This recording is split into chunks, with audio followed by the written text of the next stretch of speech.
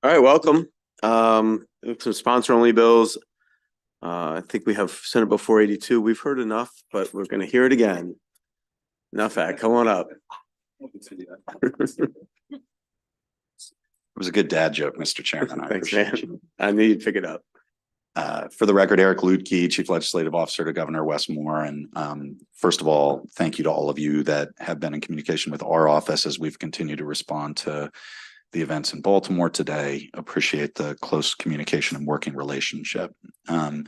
This bill is the Enough Act. You heard it before. You had a very extended hearing on it.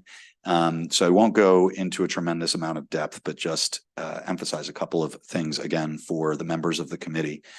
We believe that the Enough Act is an opportunity to do something extraordinary and something new. Maryland would become the first state to really invest in a big way in place-based poverty intervention initiatives that are rooted in community concerns. There are parallels, although the model is not exactly the same. There are parallels to the community schools model, which this committee championed through the passage of the blueprint. But we hope and expect that in addressing poverty in these communities that we identify across the state, we will be able to support the work that is happening in the community schools. The way we look at it, a community school to be successful needs a community that's successful, and vice versa. So we look forward to working with the committee on potential amendments and discussing it with you, and appreciate the time and consideration and ask for a favorable report. We've been working on amendments, and we actually met with the Secretary today and Miles from your office and Secretary's Chief of Staff. I think we're nearly there. So we'll hopefully wrap those up this week and get it on the move. Appreciate it, Mr. Chairman. All right. Thank you. That comes to you, right, Mr. Chairman? It does. But it's not energy policy, so. Okay. Right. It's a different type of energy. Right. Any questions for the administration? All right. Good to see you. Thank you, Mr. Chairman. Mr. Chairman, we do it. I'm guessing this is energy policy. Well, sort of. It's entrepreneurial kind of investment stuff. Okay, you did hear this bill, but it's been quite some time. So let me just rehash. This is again, so this is Senate Bill 960. It's a cross-file of a House bill from Delegate Vogel. But just number one, bill involves no new appropriation, but it basically involves redeploying some already appropriated money. The bill passed unanimously out of the Budget and Tax Committee and unanimously out of the full Senate. Just let me highlight a few things. If you remember, Governor Moore inaugural address stated clean energy is not just going to be part of the Maryland economy. It will define the Maryland economy. And we've obviously done a lot in the legislature to do that and achieve that goal. But there's a lot more we can do. And this bill, I think, can assist in a modest way. Just by way of a little background, the Maryland Clean Energy Center was created in 2008. Its mission is to advance the adoption of clean energy, energy efficient products, technologies, leveraging private capital and private sector capabilities to create and retain green jobs, et cetera, et cetera. In a nutshell, Clean Energy Center has been able to take $12.1 million in public money and leverage that to attract $165 million in private capital. So in 2019, we passed the Clean Energy Jobs Act, which was some legislation that I sponsored. And then in that legislation, we directed the Maryland Energy Administration to provide $7 million from the Strategic Energy Investment Fund for loans for small minority women and veteran-owned businesses from 2021 to 2028 through an account managed in the Department of Commerce. So that money has been sent to the Department of Commerce. It's still sitting there. Thus, no new appropriation. So right now, the Commerce Department is holding $2.2 million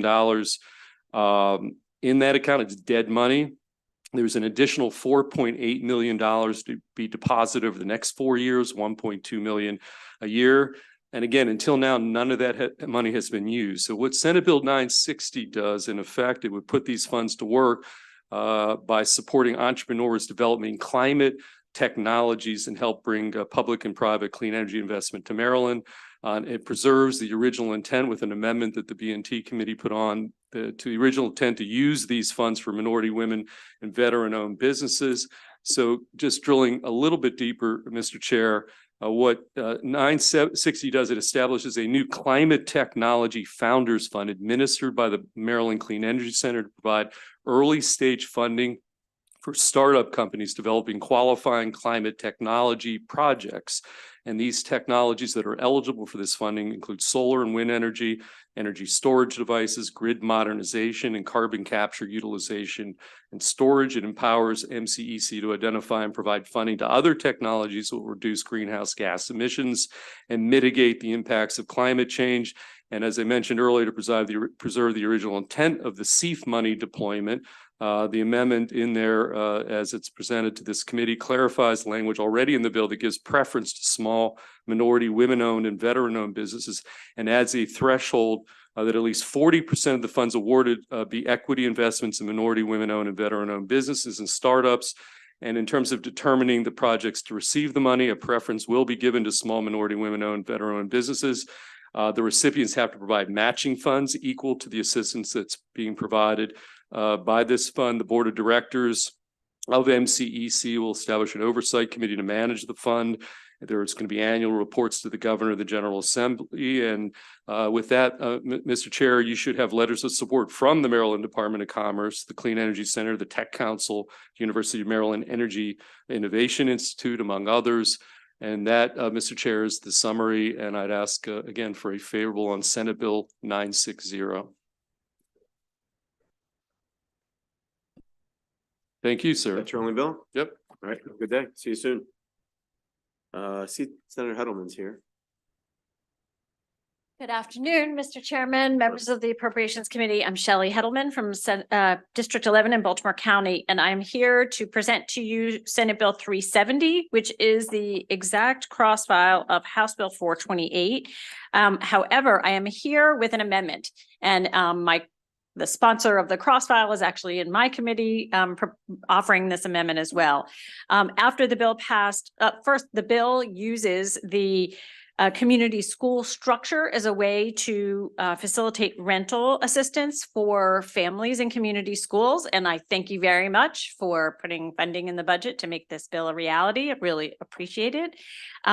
We had some discussions with the Maryland Association of School Boards, and they came to us with an amendment to clarify that the school-based liaison will be the point person in the school to help facilitate this program between DHCD and MSDE. So ask for a favorable report and adoption of the amendment. The amendment is in the same fashion and being offered in both committees.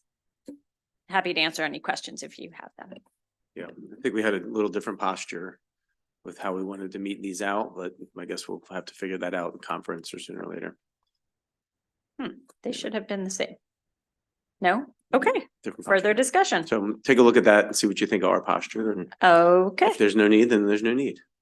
All right. Cool. Thank you. Thanks. Any other, that's your last bill? That is my last bill. Good to see you. Thank you. Senator Gazone?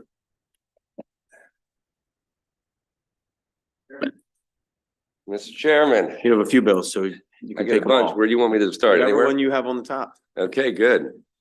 All right, well, this one seems to be becoming a little more irrelevant. This is Senate Bill 581. It's trying to help the Maryland School for the Blind get into the school construction revolving loan program.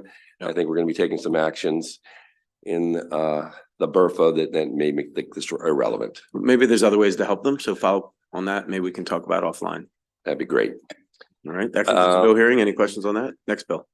Senate Bill 616 is the cross that we share on the Maryland Historical Trust Museum Assistance Program funding. Yep. And you have made an amendment to that, which I'm happy to accept. Excellent. Any questions for the chair on this bill? All right, that concludes the bill hearing. Okay, and the last one that I have is one that I know everybody's put a lot of energy into. It has to do with the vehicle registration and the emergency medical system. Look, we have come down essentially on the same number.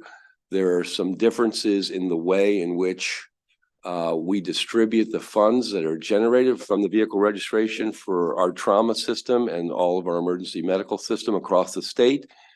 I'm happy to work it out. I think we'll be able to work it out together. Yep. To get the right numbers.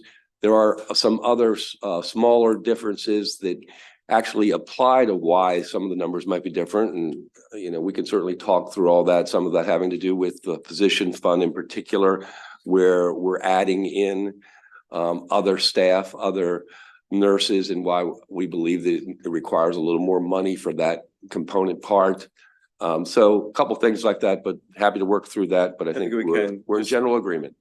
Chair Shetty has taken the lead for us over here. She's not with us, but we'll just get together and make sure we work out those differences. We'll get there. Yep. Excellent. Any questions? If that concludes the bill hearing, do you also have this STAT bill, Mr. Chairman, the 289, or is that departmental? Never mind. All right. Not that I know of. All right. Good to see you. Head on back. We'll see you tomorrow. Thanks. Thank you very much. We'll take 289. Come on up, since I.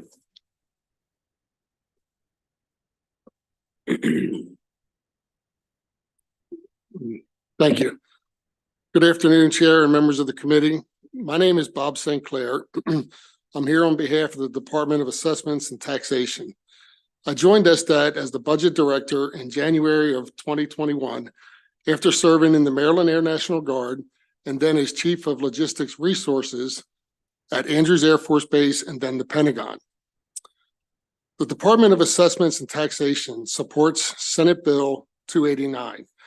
This legislation would allow the department to utilize 15% of a special fund towards administrative expenses of the Office of the Director. Currently, funds from fees associated with expedited business filings are placed into a non-lapsing special fund, 5% of which the department is authorized to use for administrative expenses. Excuse me. Despite the department's continued efforts to modernize and accommodate ever-growing demands for its services, current funding levels do not cover existing procurement needs. Senate Bill 289 provides the department more budgetary flexibility to spend revenue generated by its services by allowing it access to funding without increasing fiscal demands on the state. This bill is budget neutral in that funds we are requesting currently reside in the non-lapsing account, which is maintained by the comptroller and roll over year after year. This funding will be used to continue to support essential administrative expenses such as postage, printing, parking at our new facility, education and training for our staff, community outreach and marketing efforts to better reach and educate the public. And by utilizing these existing resources, we will be able to better support our citizens. Accordingly, the department respectfully requests a favorable report on Senate Bill 289. Thank you. Who's the bill hearing? Thanks for being with us. Thank you, sir. Senator Brooks, I think you were next. Come up. Tell us your bill number because I got a whole list here. Is it 1026? Yes, 1026. Good to see you, my friend. Good to see you as well, Chair and Vice Chair and members of the Approps. Yeah, this is a cross file to House Bill 1115, which was heard before this committee and passed unanimously. All right. Out of the House. Passed unanimously out of the House? Yes, indeed. All right. Any questions for the bill sponsor? All right. We'll get yours going on pretty soon, too. Thanks, sir. Appreciate it. All right. Good. I love this kind of hearing. Good job. I think Senator Bailey, I think next. 1178, is that what you're here for? Yes, Mr. Chair. Excellent. Good afternoon, Mr. Chair, Mr. Vice Chair, and all the distinguished members of the committee. Senator Bailey representing St. Mary's and Calvert County, District 29 for the record. You have not heard this Senate bill. There was no cross file with it. So I'm going to be as brief as I can, but I bring it to you with 46 co-sponsors from the Senate. Senate Bill 1178 would ensure that all Maryland veterans who served our nation in combat in Afghanistan or Iraq are eligible for the Douglas J.J. Peters Veterans of the Afghanistan and Iraq Conflict Scholarship, regardless of when they served. Last month, a resident of my district contacted my office to request assistance on an issue that they were experiencing with the Maryland Higher Education Commission. The constituent was a veteran of Operation Iraqi Freedom and Operation Enduring Freedom. He had inquired with MCAC about the eligibility requirements of this scholarship and was informed that the open-ended language of this bill repeals was interpreted as prohibiting scholarships from being issued for service after May 1st, 2003. That's correct, 2003. This was the date that then President George Bush declared the major combat operations in Iraq had ended. Of course, as we know, American forces continued fighting in these conflicts long after that date. Upon a learning of this interpretation, we inquired with MHAC about this matter, and during these conversations, we were told that the only way to change this was through a statutory revision, and that's why we're here. This bill represents the most straightforward way of resolving the issue by repealing the terminal date language that has been causing this confusion, and in my opinion, the misinterpretation of this law in the manner inconsistent with its intent. Service in these conflicts should count regardless of when their course and during the course it occurred. Senate Bill 1178 is an emergency bill that clarifies that veterans who served in these wars are eligible for the scholarship regardless of the date of their service by removing the vague language that is open to such misinterpretation. Thank you, Senator. You had us at Doug Peters, but we appreciate the. I just wanted to be clear because you had never heard this bill before. No, absolutely. Sorry to take We're so gonna much get, of your no, time. we wanted you to, and I would just give me an opportunity to remember our friend and colleague and such a great public servant. Thank you. I Thank you for your appreciate that. time. Yeah, we'll get it moving. Thank you. That concludes the bill hearing. Tony Hayes, Senator Hayes. Good afternoon, Mr. Chair, Mr. Vice Chair, members of the Appropriations Committee, Senator Antonio Hayes from the 40th Legislative District. For the record, Mr. Chair, I had the awesome opportunity to represent probably 90% of the culture and arts institutions in Baltimore City, everything from the Baltimore Symphony Orchestra to the Lyric, Hippodrome, Center Stage, Everyman's Theater, Walters Art Gallery, BMA, Baltimore School for the Arts. You name it, it's in the 40th district. And so this bill is a very important bill to have these institutions partner with local artists to have the ability to showcase their artistry to all of Marylanders. I think the only difference between the Senate bill and House Bill 1451 was a name change. It's a really long name. I have no objections to it. I ask that you conform the Senate bill to the House bill with this really long name and ask for a favorable report, Mr. Chair. I have no idea. I just saw it for the first time 10 minutes ago. It's the Jeremy bill. Is the Jeremy bill? Nice. Thank you, You can Mr. do what you Chair. want with the title. Any questions for the senator? Do what you want. All right, thanks for being with us. Is that your only bill? That's my only Good to one see here you. today. Thank you. Thanks, Senator. All right, who senator's here? Craig Zucker, Senator Zucker. Thank you very much, Mr. Chairman, distinguished colleagues of the House Appropriations Committee. Senate Bill 414 is the exact cross-file of House Bill 414. I don't know if that's ever happened before, Mr. Chairman, same like bill number on the House and Senate side. Must be a good bill, but anyway, ask for your consideration. Happy to answer any questions. And thank you, Delegate Forbes, for your leadership. Excellent. Any questions for the bill sponsor? That concludes the bill hearing. Good to Thank see you, Mr. Chair. Always good seeing you, sir. See you soon. Senators in the room? Senator Klausmeyer, come on up. Nice to see you. Thank you. Senate Bill 133, Senator Klausmeyer here. State employee rights and protections, personal actions, and harassment investigations of complaints. Thank you, Chair Barnes, Vice Chair Chang, and members of the Appropriations Committee for the opportunity to present Senate Bill 133. My name is Senator Klausmeyer. I've already said that, but that's another whole story for another day. Senate Bill 133 is a cross-file to House Bill 62, which has passed both in this committee and on the House floor. The two bills are not in identical posture because the Senate amended the bill at the request of the Department of Budget and Management. However, we have since been made aware of some concerns about the amendment language, and all parties, including DBM, are still open to moving the bill without that amendment. So We like when we take the House position. That's okay with Okay. us. thank you, and I ask you for your support. Senate Bill 133. Okay, And it's been a pleasure working with you. yeah, you too. And 25 hello years. to everybody. Yeah. Good to see you, Senator. Senator Gallion?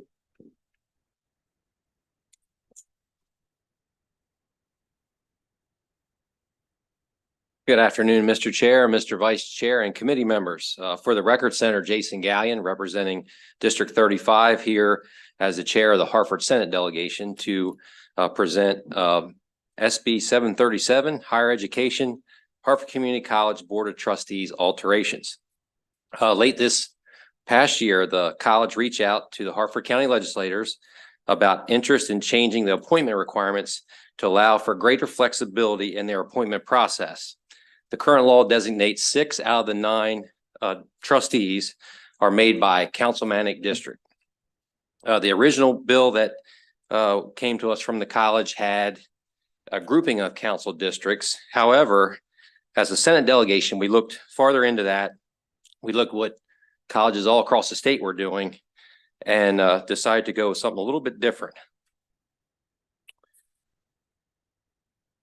So we, after working with the college, we chose to restructure the appointment process to have all 9 members appointed at large by the governor to be consistent with the vast majority of boards across the state. This committee earlier this session passed unanimously a similar bill out of Anne Arundel County. To ensure geographic and ethnic diversity on the board, we also added language which reads as follows. To the extent practicable, when appointing members to the board, the governor shall take into consideration the geographic and ethnic representation of Hartford County so that all segments of the population of the county are represented on the board. We feel this final product not only fulfills the college's request for more flexibility, but it also maintains ethnic and geographical diversity. I respectfully ask that this committee pass out this local Hartford County bill. Thank you, Ms. Pardon? Yes, sir. Last time I checked. Thank you, Mr. Chair. Senator Gallion, you basically, is it your desire to see that the House and the Senate bill conform with one another?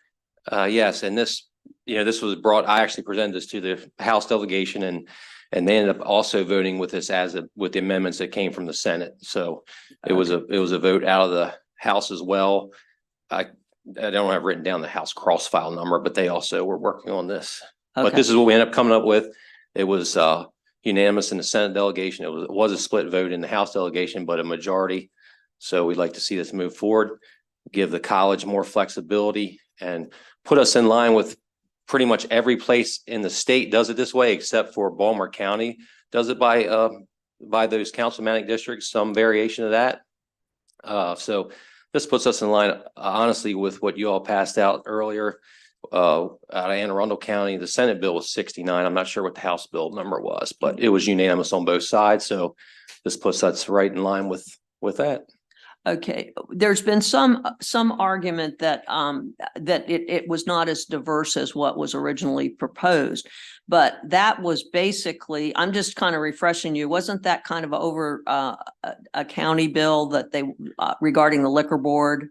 That's in other words, we have a African American president of our community college, correct? That's correct. And she's doing a really good job. She was on my panel on the Senate version of this with the amendment in support. She was my only panelist. Okay, and the Hartford County Community College is all about diversity and inclusion, correct? That's correct. Okay. I think the issue you are raising was a year or two ago, I guess it was 2 years ago at least, we changed in Hartford County on the Liquor board.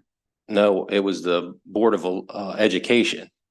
Oh, no, but I'm talking about the liquor board. There was a little kerfuffle because we're gonna skew into a Hartford County delegation meeting. All right. pretty Well, soon. I just, what I wanted to do is Yeah. that there was some discussion within this committee when I was talking about hopefully we could get both of them passed because they're now In the same conformed. posture or different posture, Senator? Okay, all right. As Anyway, amended, I believe the House bill also lined up because the House delegation also voted for it in this posture. Gotcha. Okay.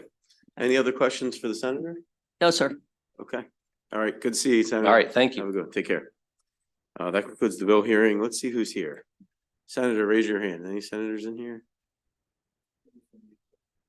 I think Senator McCray is in the hall. Would you mind just somebody just telling Senator McCray?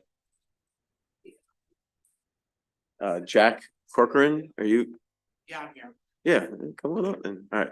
Now you gotta wait behind the senator, but come on up to the front row. Next time I say, are there senators here? You, He's with me. oh, he's with you. All right. Yes. Mr. Chair and members of the committee, it's a great honor and privilege to be before this esteemed committee. It is my first time this session.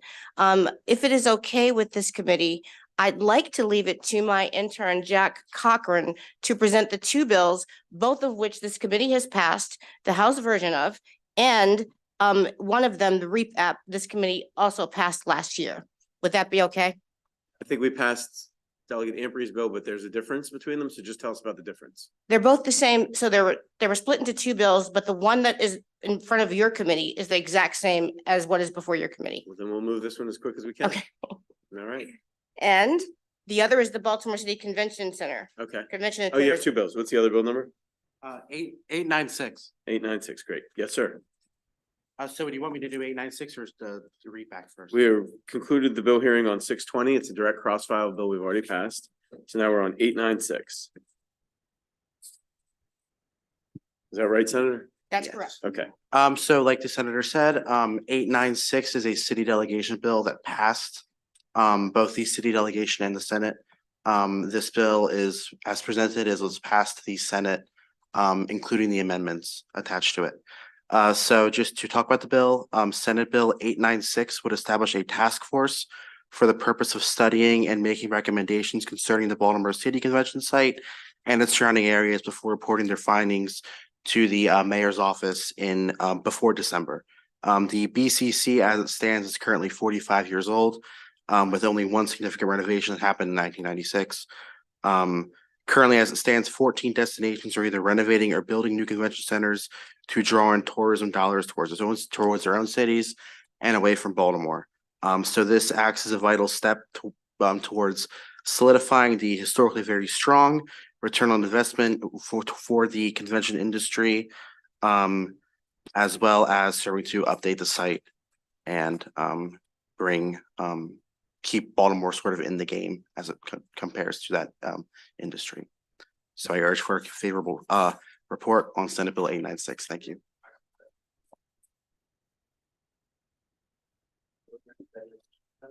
Yes. Yes. Thank you All right. very much. Thank you.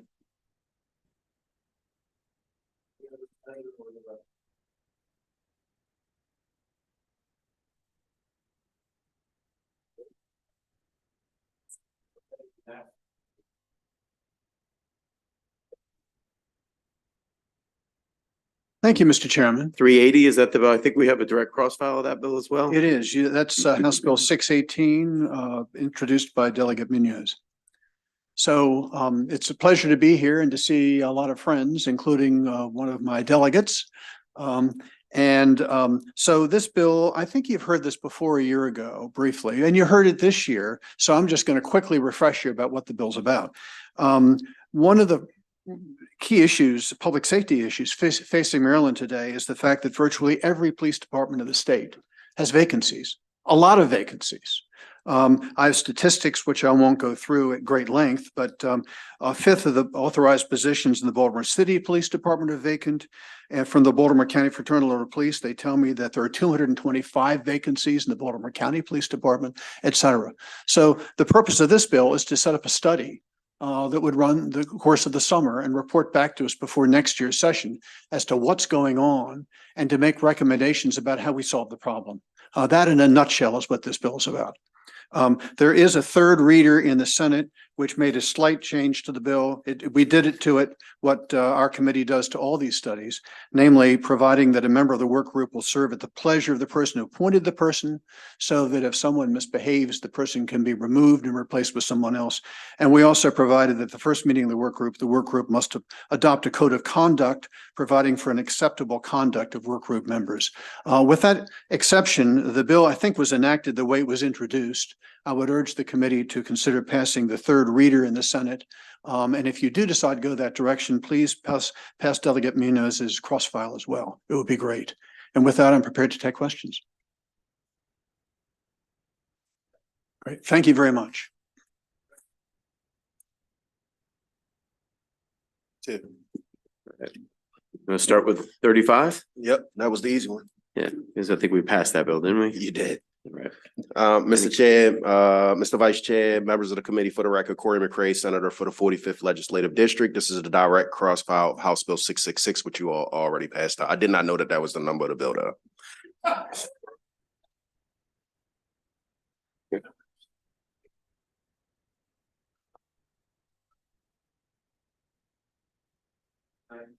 Mr. Chair, Mr. Vice Chair, and members of the committee, for the record, Corey McCray, Senator for the 45th Legislative District. This is also a direct cross-file with House Bill 1061. This did not come out of committee as of yet, but it did pass out of the Senate 45-0.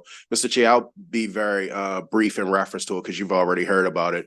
But in the state of Maryland, it's uniquely different than other states in reference to public charter schools. So charter schools are not the same in other states. What happens is that all of these are our kids, all of these are our young scholars, and making sure that we have the opportunity to be able to help with the funding and maintenance of the buildings is critically important as we move forward. I think that one of the things that I just wanted to emphasize was that there are already federal programmatic opportunities if we already have these types of funds that we can leverage to kind of help with the facility maintenance of these specific buildings. And for that, Mr. Chair, Mr. Vice Chair, members of the committee, I would ask for a favorable report with Senate Bill 892. Appreciate you.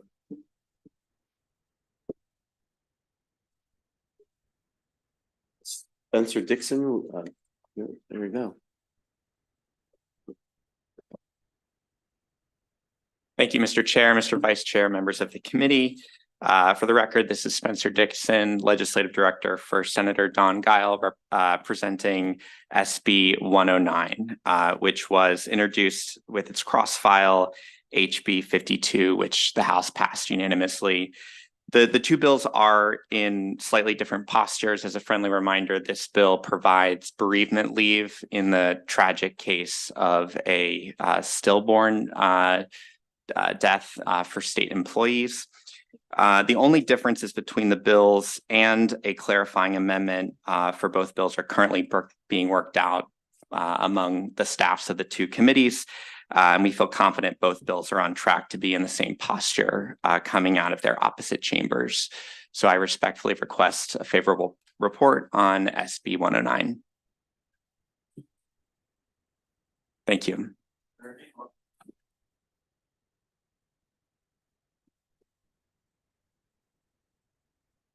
Take your time. I know you just walked in, so. And you can take whichever bill you have on top. Just give us the bill number. Okay. First one I have is Senate Bill 376, Higher Education, Empowering Joint Steering Council Funding. Okay. Senate Bill 376 will provide supplemental funds to Empower to help in the development of the latest strategic initiative of Empower, University of Maryland Institute for Health Computing. This bill is an exact cross file of House Bill 344, and I ask for your favorable report. The senator.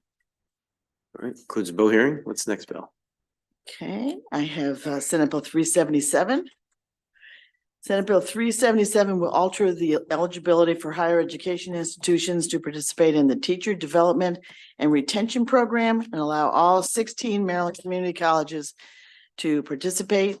It's cross-filed with HB 75 that was passed in this committee with a few minor changes, which we will go along with. Passage of this legislation will open the program for more Maryland students participation and will encourage more students to consider a teaching career. And I ask for a favorable report.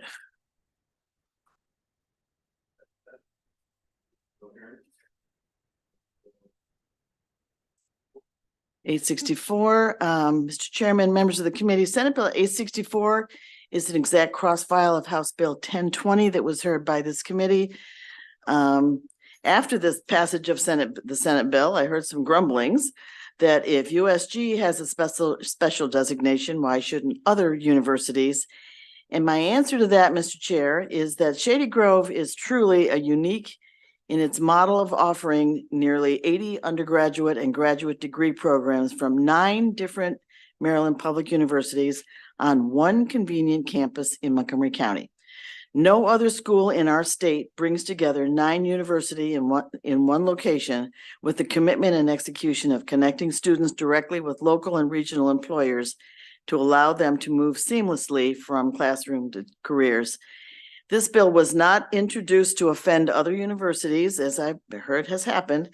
It was introduced to acknowledge the uniqueness of the universities at Shady Grove, and the addition of this designation was in fact unanimously supported by the University System of Maryland Board of Regents. And again, I ask this legislation to designate the universities at Shady Grove a community of innovation, and I ask for a favorable report. Concludes the bill hearing. Senate Bill 1022 is your last one, I believe. Yes, thank you, Mr. Chair. Yes. Senate Bill 1022, as introduced, is an exact cross file of House Bill 1244 as introduced. The committee did add a couple of amendments to the House bill.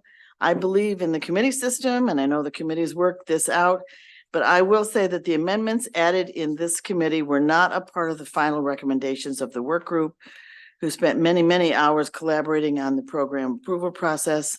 Senate Bill 1022 will move to ensure that the program development and review in Maryland can be more transparent, predictable, and timely for higher education, but most importantly for the students who will become part of our workforce.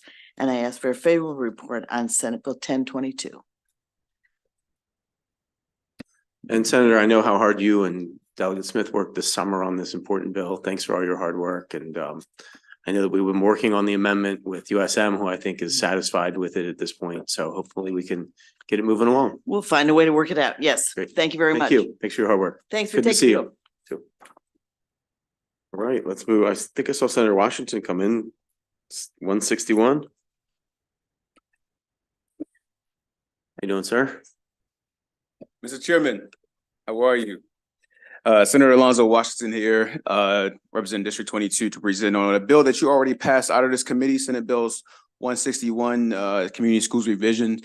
There's only a few differences between this bill and that bill and the bill that you all passed. One is just the language is a little different, but intent is still there. And the other piece is just the 15% for concentration of poverty grants for jurisdictions that have fewer than 40 schools. We know this bill is at the will of the committee. We do like the Senate version of the bill, but it's at the will of the committee. Thank you, Mr. Chairman.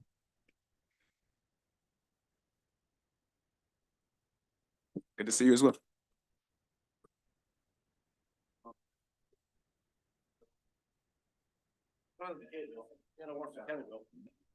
We'll see how you do. Fair enough. Senate Bill 850, Senator Carter. Yes, sir.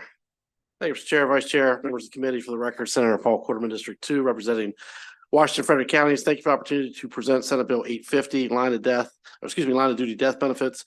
This bill basically adds to the judiciary and the legislative branch to the Maryland State Pension and Personnel Code, where death benefits and funeral expenses are outlined for survivors and state employees. Currently, this section only applies to members of the executive branch. The bill also increases the amount of funeral expenses from $10,000 to $25,000 that may be provided for a line of duty death of certain public officials, and indexes that amount to inflation. Additionally, within the current statute, there are certain members whose death benefit is $100,000. There are certain that are $125,000. This bill increases it across the board to $125,000 for payment to a surviving spouse, child, dependent, in all three branches of government. Basically provides equity across all three branches of government. So thank you for your consideration and respectfully ask for a favorable report.